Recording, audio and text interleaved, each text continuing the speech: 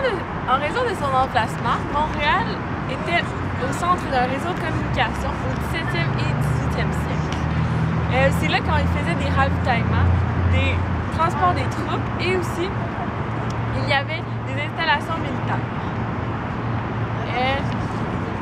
Par contre, Montréal n'a jamais été une ville très défensive, laissant cette fonction à Québec vu son emplacement. Montréal était plutôt offensif.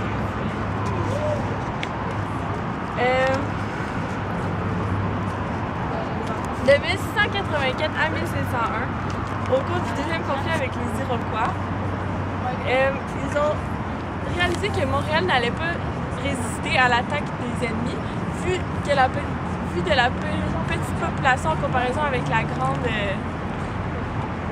superficie. C'est pourquoi ils ont eu l'idée de construire les fortifications. De plus, Montréal avait beaucoup d'entrepôts qu'on appelait à l'époque des magasins du roi. C'est pourquoi il fallait bien protéger la ville pour éviter de les détruire.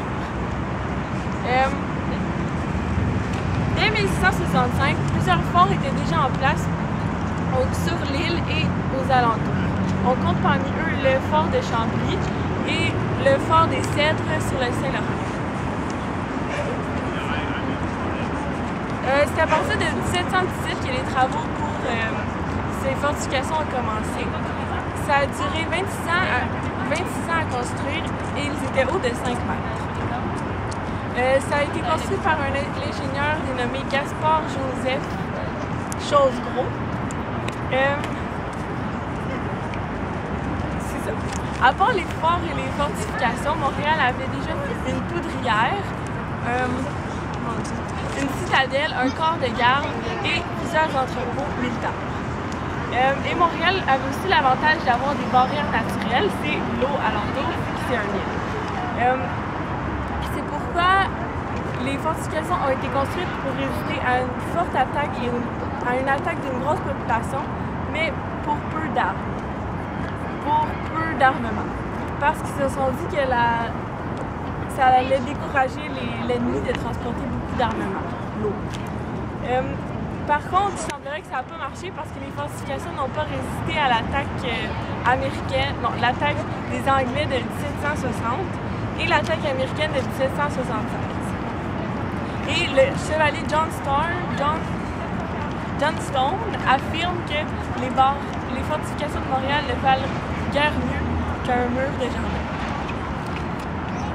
Ces fortifications ont un périmètre de 3500 mètres et elles s'étalaient de McGill à Saint-Hubert et de la commune à la ruelle des fortifications. Elles y restèrent pendant près d'un siècle. C'est en 1801, dans le but d'améliorer la ville et de faire plus d'espace pour les logements, que les architectes et les commissaires de la ville ont décidé de les abolir. Cette démolition a eu lieu de 1804 à 1817. Par contre, on peut encore les apercevoir au Champ de Mars, où nous sommes, et derrière l'hôtel de ville, ainsi qu'au musée de la Pointe-à-Calière. Merci.